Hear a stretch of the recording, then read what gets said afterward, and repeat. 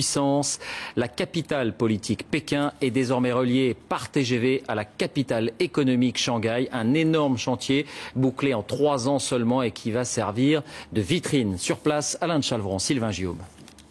La Chine à grande vitesse. Les chemins de fer chinois ne sont pas peu fiers de présenter leur dernier né, le Pékin-Shanghai.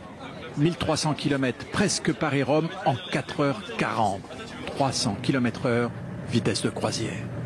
Vu du cockpit, ça a l'air normal. Vu des fenêtres, on sent la vitesse. Rien de tel pour voir la Chine d'aujourd'hui, gloutonne, où les grues poussent comme des champignons, où les usines géantes chassent les rizières. Gloutonne, la Chine est pressée.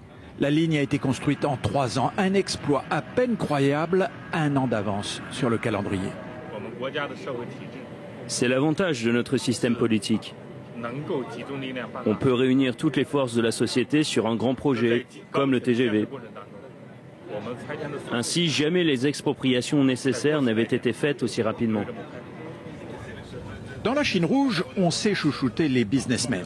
Le TGV chinois lance donc la classe affaires ferroviaire super confort, similaire à celle des avions. Fauteuil qui se transforme en lit, près de 200 € l'aller simple Pékin-Shanghai, contre 60 en seconde classe.